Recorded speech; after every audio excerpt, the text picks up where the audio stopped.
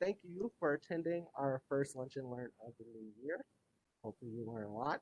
I will transition this presentation to Kara Moody. Kara Moody is an environmental compliance inspector for Cobb Water's Stormwater Management Division.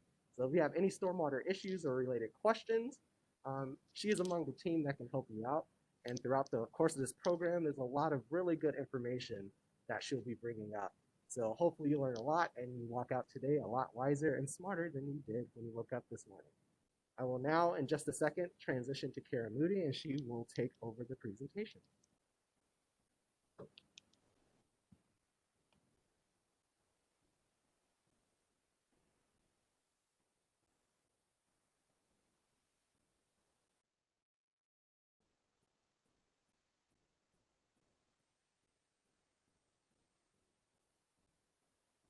Hey, hi everybody. Thanks for tuning in.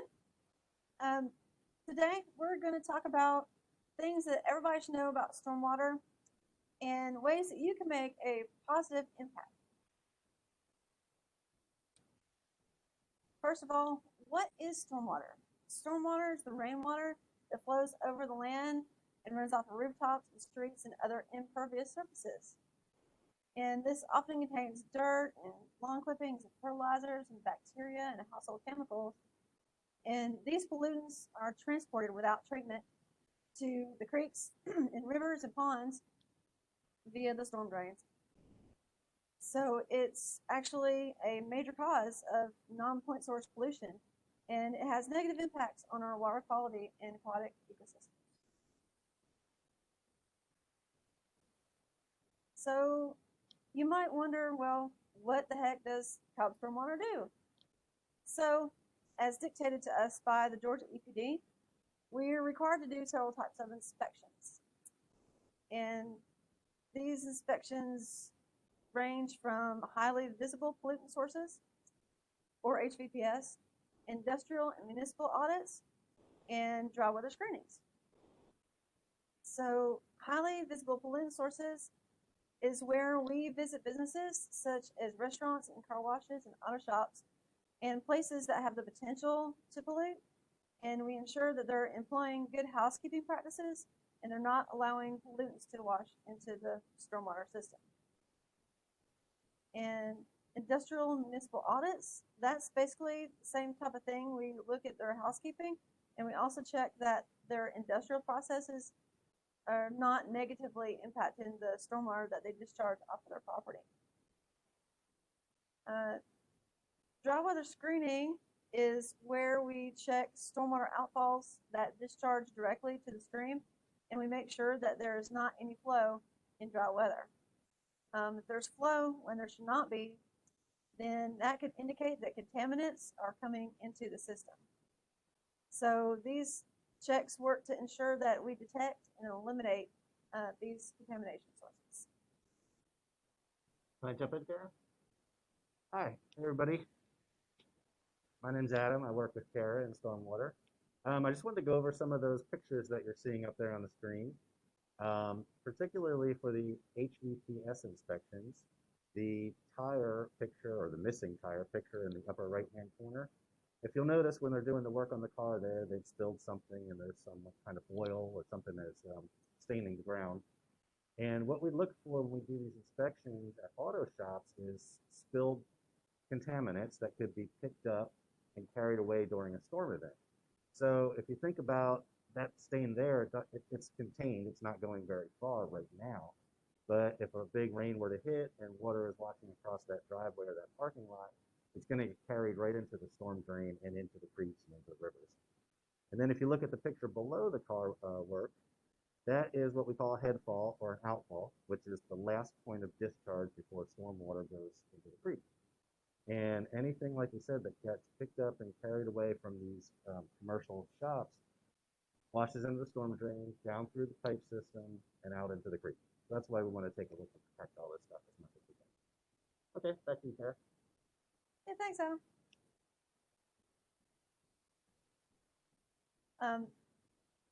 Besides that, we also respond to resident inquiries. And people call and ask us questions and we're always happy to give them answers and provide them with the information that they're looking for. This mostly in the form of fact sheets, like this landscape maintenance one that you see here.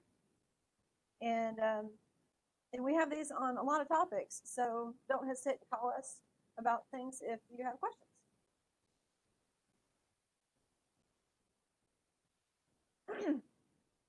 So these are what we do. This is what we do every day at Cobb Stormwater. But you should know that what you do at home is actually makes a really big difference in impact.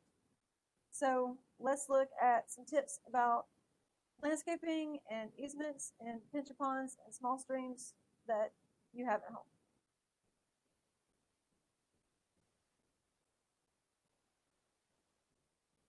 home. Landscaping do's. Do allow the stormwater to flow over your vegetated area because that absorbs excess runoff. Do keep soils covered with vegetation or mulch to control erosion. And it's important to control erosion because that prevents the excess sediment from washing into the stream. Do compost your grass clippings and prunings and leaves and use it as mulch, because composting prevents the problems that occur when all that landscaping debris gets into the stormwater system. Do control the amount of water and direction of your sprinklers, and this is just to conserve our water resources. If you're watering your impervious surfaces, then your plants aren't getting that water and it's wasted. Do store all your landscape chemicals indoors.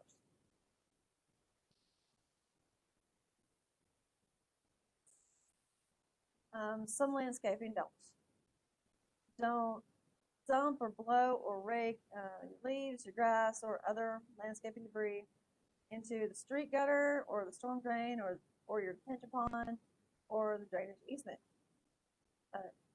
That's because debris like this can easily block up the drain and cause backups and flooding. Don't drain your roof or your lawn directly to the stream because runoff carries contaminants and that's harmful to the stream. Don't apply fertilizer on lawn areas within 10 feet of the water's edge. And that's important because fertilizer actually contributes to algae growth, and that's harmful to the river ecosystem.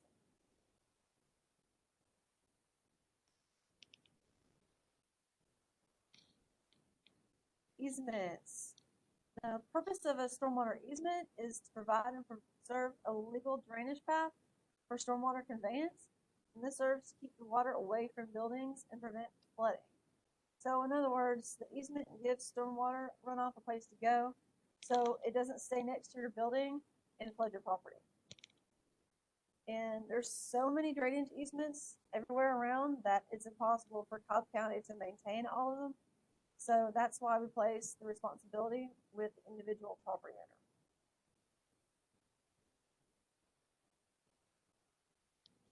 owner. And here is the county code about easements.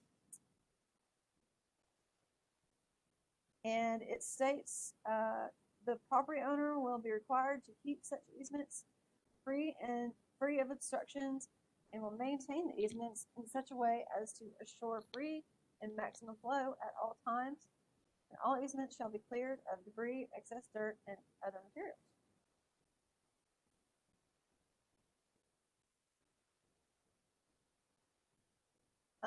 So this is an example of a property plat that you might have for your property, and that shows you where your easement is if you have one, and that's designated by the letters DE for drainage easement. And most of the time we're just talking about an open ditch or a trench. So do maintain your easement free and clear of obstruction.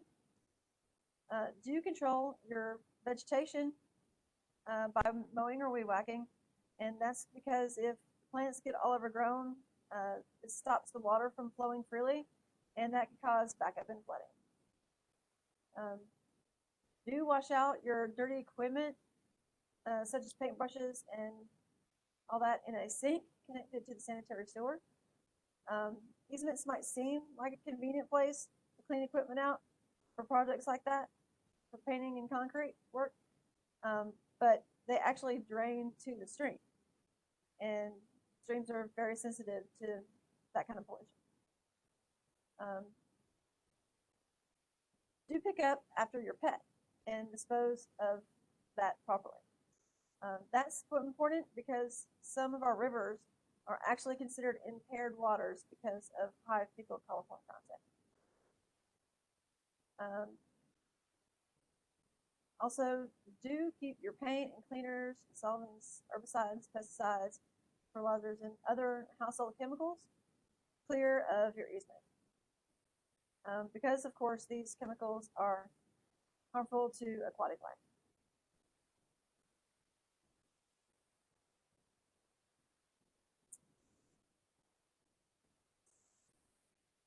Easement don'ts. Don't hose off your hard surfaces, such as driveways and streets, into easements. Don't rake, blow, or deposit landscaping debris in easements. Don't allow motor oil, automotive fluids, cooking oil, or other household chemicals into your easement. And don't allow the easement to be blocked by anything really, natural debris, bricks, blocks, wood, sediment, foreign objects, construction, and landscaping debris. You wouldn't believe the kind of things we see in easements. That's a good place for me to jump in, Gary. Yeah. I wanted to talk about that picture that's on the slide. This is a real world picture. This was taken when we responded to a call. And if you look at the upper corner, right corner of the picture, it's a little hard to see, but there's a ditch there. And although you can't see it, that ditch goes into a head wall, which allows all the stormwater to go into the storm sewer system. So in this picture, there's a couple things going on. If you start at the wheelbarrow there, there's a large pile of dirt. I don't know if the homeowner was doing a construction project, maybe trying to level the yard out, or perhaps excavated something and there's dirt that remained. But what's presenting now is a large pile of dirt that can be picked up and washed away and eroded during a storm event. And it can wash right into that easement at the back of the property, and the sediment can get into the storm sewer system and clog and impede the flow. Also, that large stack of cut tree limbs. I don't know if they're getting ready to chop some firewood. It may be a temporary situation, which is fine. But if it's left to sit there and we get a big storm, the floodwaters can actually pick those logs up, and as they're floating around in the receding water, they're going to end up in that stormwater easement, that stormwater ditch. And that's exactly what happened in this case. One of those logs got into that ditch somehow, and it was just the right size to clog up the head wall. So during a storm event, water backed up and there was some flooding, and it was easily resolved. And when we respond to these things, we try to educate the homeowner and just let them know some of the bad practices that they may not be aware of. So this was a perfect example to explain that. Okay, thanks, Sarah. Thanks, Adam. Okay, detention ponds. Detention pond is a man-made ground depression that functions to collect the water and slow it and clean stormwater runoff. In other words, like easements, it gives the runoff a place to go instead of flooding. And after it collects the water, it releases it slowly so that it doesn't overwhelm the receiving stream, which further prevents flooding. And even though you might not see them, detention ponds are everywhere. Neighborhoods have them, businesses have them. There's so many that it's impossible for the county to take care of them all. So again, the responsibility for maintenance of that lies with the individual property owner. If the pond is on a property owned by the HOA, for instance, then it would be the responsibility of the HOA. And here's the county code about detention ponds.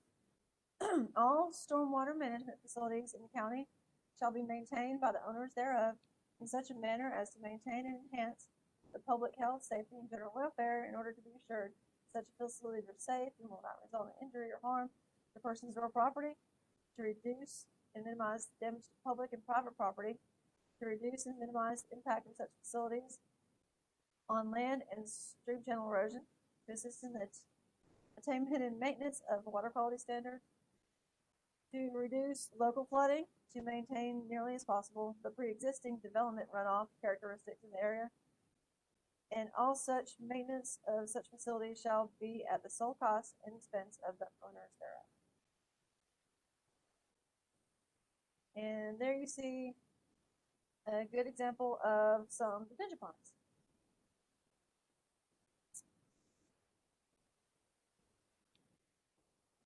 So, some do's. You do want to conduct structure inspections. Check structures for concrete breakage, sediment blocking the inlets and outlets, and really anything that is impeding the water flow. Remove all of the obstructions and make sure the pond is drained properly. If it's not drained properly, then it's not doing its job, and it could back up and cause flooding when it's supposed to prevent it. Do manage your vegetation. Remove pine trees growing on the embankment and manage the vegetation to make sure the pond is physically accessible. You can walk around, and to allow for structure visibility. You can see the structures, but you don't have to clear cut it. That's not necessary. Hardwood trees are good because they like water, but pines don't like water, and so they're more likely to fall and cause problems. Problems like damaging the pond structures if they fall, or damaging the fence, or take out large chunks of earth out of the basin, which diminishes its strength. And so that's why we recommend removing the pine trees. Also, when cutting the trees, it's best to not leave it there, to take them totally out of the area, because if you leave it there, it could make its way over to the outlet and block the drainage. Also, you do want to dredge and excavate periodically to remove excess accumulated sediment when necessary, to maintain the proper capacity. Do periodically replace the filter stones and larger riprap rocks when it's too much sediment starts to cover them.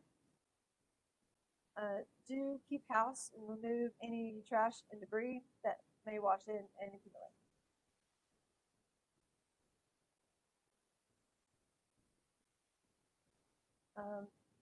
Here you can see these pictures of detention ponds look like they're in need of some attention. What do you say, Adam? That's true.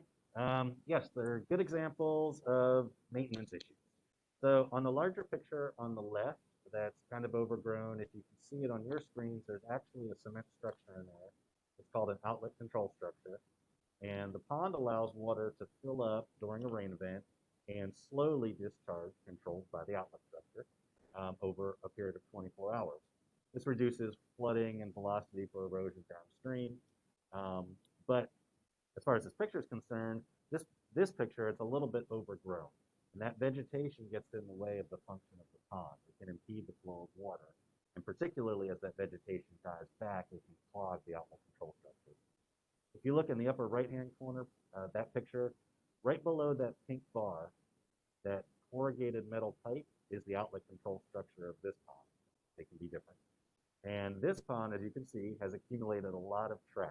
I don't know if there was a park nearby. There was a lot of balls, drink bottles, that sort of thing. Remember, anything that washes down a storm drain is going to go to the lowest point, which in a neighborhood is going to be the pond before it discharges into the creek or the stream. So there was a lot of litter and stuff, and it was actually clogging the outlet control structure in this case, and it would need to be cleaned out so water can flow through there and the pond can function properly. The last picture in the lower right-hand corner, that pond is functional, but it's getting to the point where it needs some maintenance.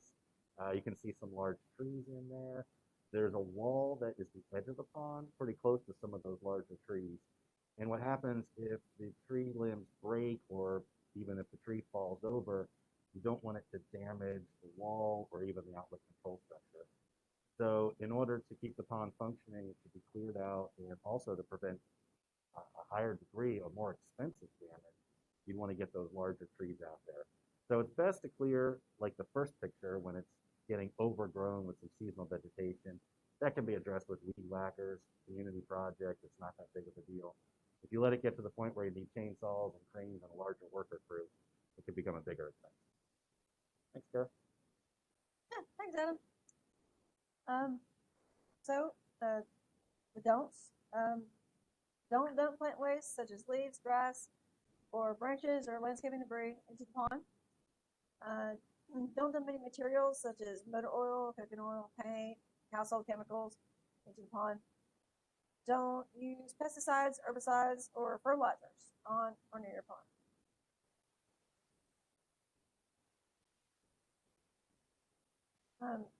Streams, if you have a stream on your property. Stream dues. Do maintain the stream buffer. Do remove debris jams that accumulate litter and trash. Do plant additional vegetation along the stream buffer. The buffer is the protective area of natural vegetation adjacent to the stream channel, and it protects the stream by slowing down the high velocity of water and stabilizing the banks with plant roots. Removing debris jams is important because if debris jams are not removed, then the water hits that barrier, then it's going to cause the flow to scour the bank and cause erosion. Yeah, and it always is good to plant additional vegetation along the stream buffer.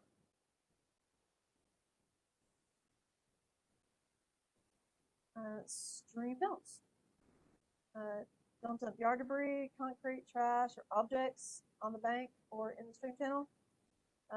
Don't remove native vegetation within the stream buffer. Again, the plants help to stabilize the bank, and if you remove that vegetation, that contributes to erosion. Don't build structures in the stream channel.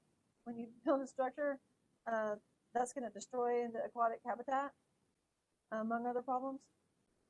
And don't alter the natural course of stream flow, because doing that is going to cause issues with your neighbors downstream.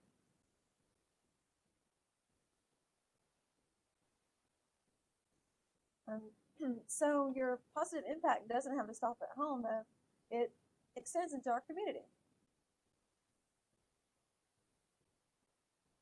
So maybe the next time you go out to eat at your favorite restaurant, or if you work at one, then you can be aware of stormwater concerns.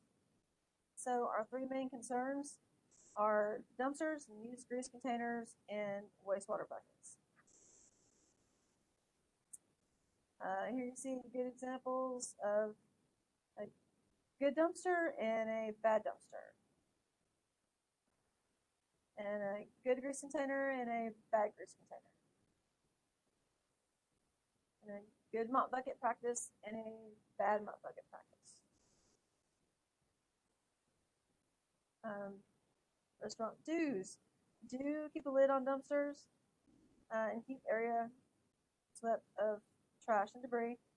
Do empty your mop bucket into a sink connected to the sanitary sewer. Do clean and maintain used grease containers using the dry method.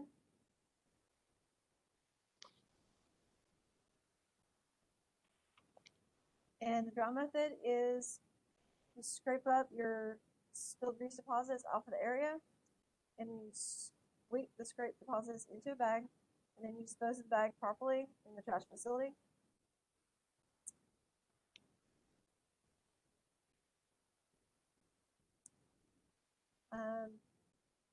Restaurant don'ts. Don't leave your dumpsters open to collect rainwater. If your dumpsters are left open to collect rainwater, then it mixes with the contaminated garbage, and often that leaks out and it goes down the storm drain. Don't improperly store or spill your used grease. Don't dump your mop buckets of wastewater into the parking lot or storm drain. And believe it or not, we do find people that dump their mop bucket down the storm drain because they think that it's going to the sanitary sewer, but we know that it's not. It's actually going directly to the river. Don't power wash your grease containers. Power washing the area will only washing the grease deposits right down into the creek. You don't want to do that.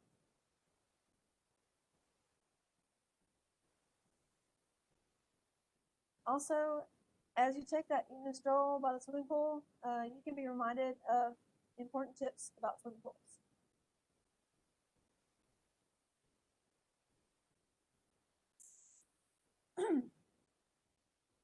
Do hold the water in the pool for a period of 2 weeks to allow the chlorine and other chemicals to dissipate. Do use your pool water for irrigation. Do discharge your pool water over at least 50 feet of vegetated surface. Do filter your discharge through hay bales and boots and socks or other filtration means. Do pump your pool water from the top so you don't disturb the settled solids at the bottom. And do be aware that if anybody suffers water-related damage as a result of you discharging your pool, then you'd be liable if they choose to bring a case of bleach.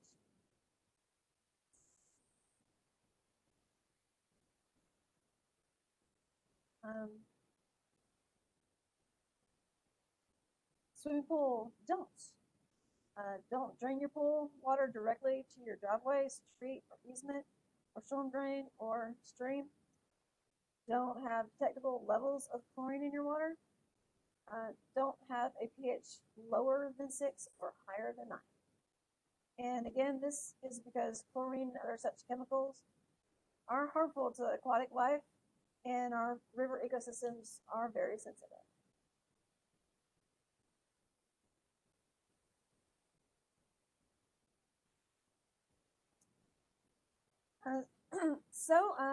That's it. I hope this presentation has given you a better understanding of stormwater and how we're all connected with it and the ways that you can make a positive impact. So thanks for tuning in, everybody.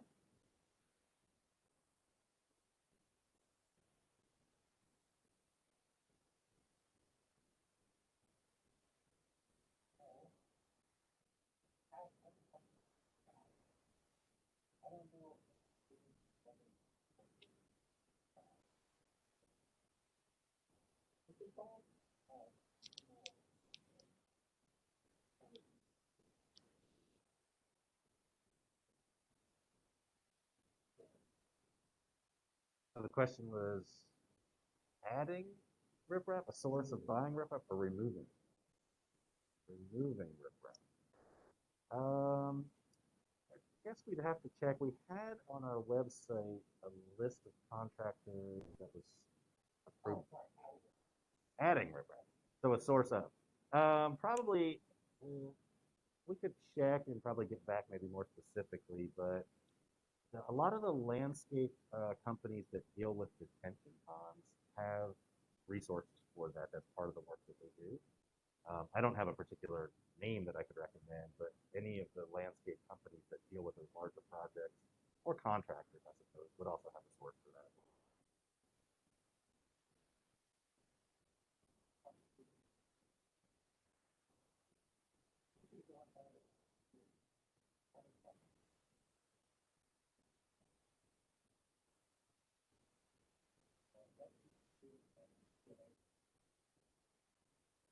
All right, so the question was what to do if you see a landscaping company blowing leaves down a storm drain. So a lot of the HOAs have a community contract where a landscaper will come in. Some of the calls that we get involve those companies blowing leaves down a storm drain, which of course is prohibited because it can clog the line. If you're able to talk to the HOA board and maybe have them so that you're not on the spot, you can have the HOA board talk to the person that manages the contract, and they can just deliver the message so that the landscape company knows that that's a prohibited act and they shouldn't do it, and maybe explain why.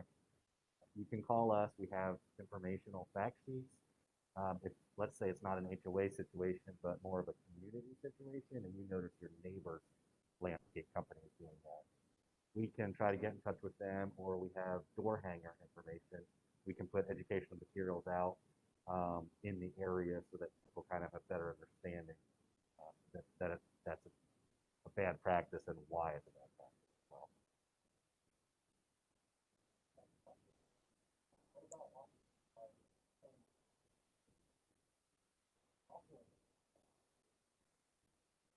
Okay, so the question is car washing at home using soaps and detergents. And as we discussed, we don't want runoff going into the storm drain. So we suggest when you're washing your car at home, if you can wash it on the lawn over the grass where the water can be absorbed into the soil, that's of course best. If you're unable to do that, then maybe position it in a driveway where the water would run off down into the grass, into the yard, into a flower bed, something other than into the storm drainage in the street or in the stormwater easement if you have one on your property. The more time you can give that water to soak into the ground and be absorbed by nature, the better. That's the answer to that.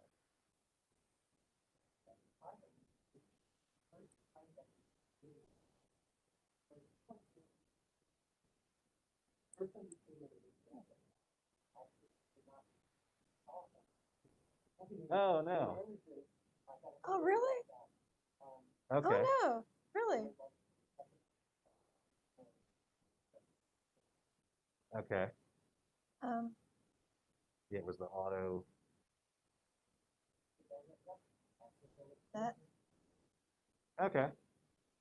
So yeah. in these pictures, we were talking about highly visible pollutant source inspections and how we kind of go around to commercial facilities. And we really look at housekeeping practices, and we're trying to pick out behaviors that lead to the potential for pollution of stormwater. So the example was that first picture in the upper right-hand corner. They're doing some car work in auto shops. There's many of them throughout the county, and just the nature of an auto shop, there's going to be oils and solvents and cleaning agents and degreasers, and they have a lot of potential to be picked up and swept away in a storm event.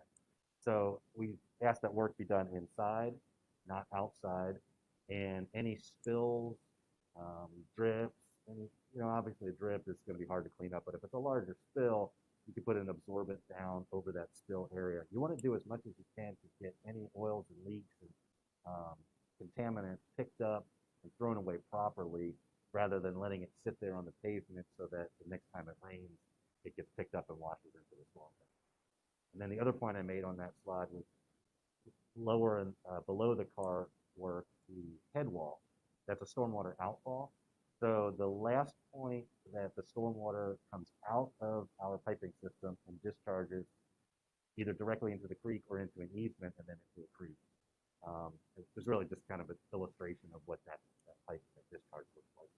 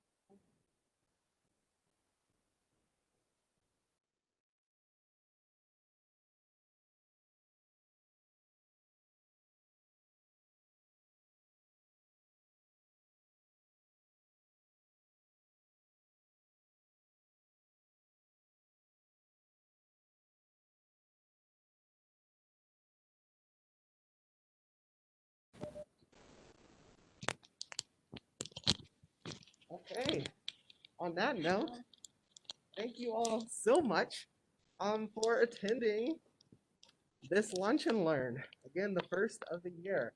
If you have any last questions, you want to type those really quick because we'll be ending this presentation very soon. But at the end of this program, I will type in the chat the contact information for Adam Kara.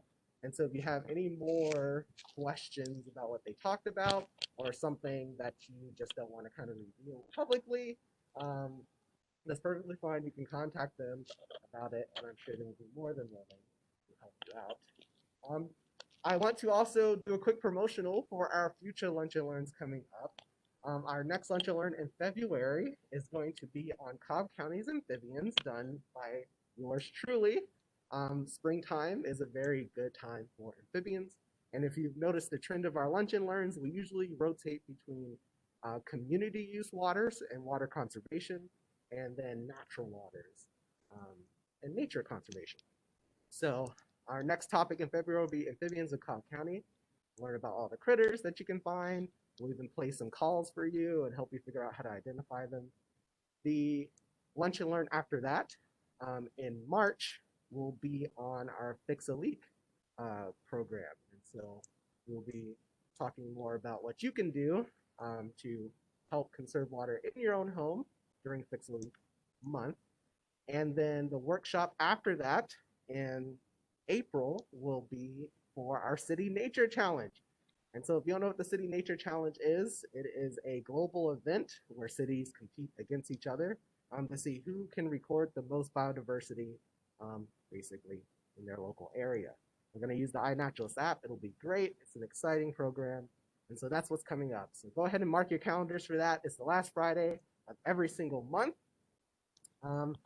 And on that note, I will conclude this Lunch and Learn. Thank you all so much for participating. If you have any last questions, our contact information will be dropped in the chat shortly. Feel free to record that and email us and call us on another time. Thank you so much, everyone, and have a great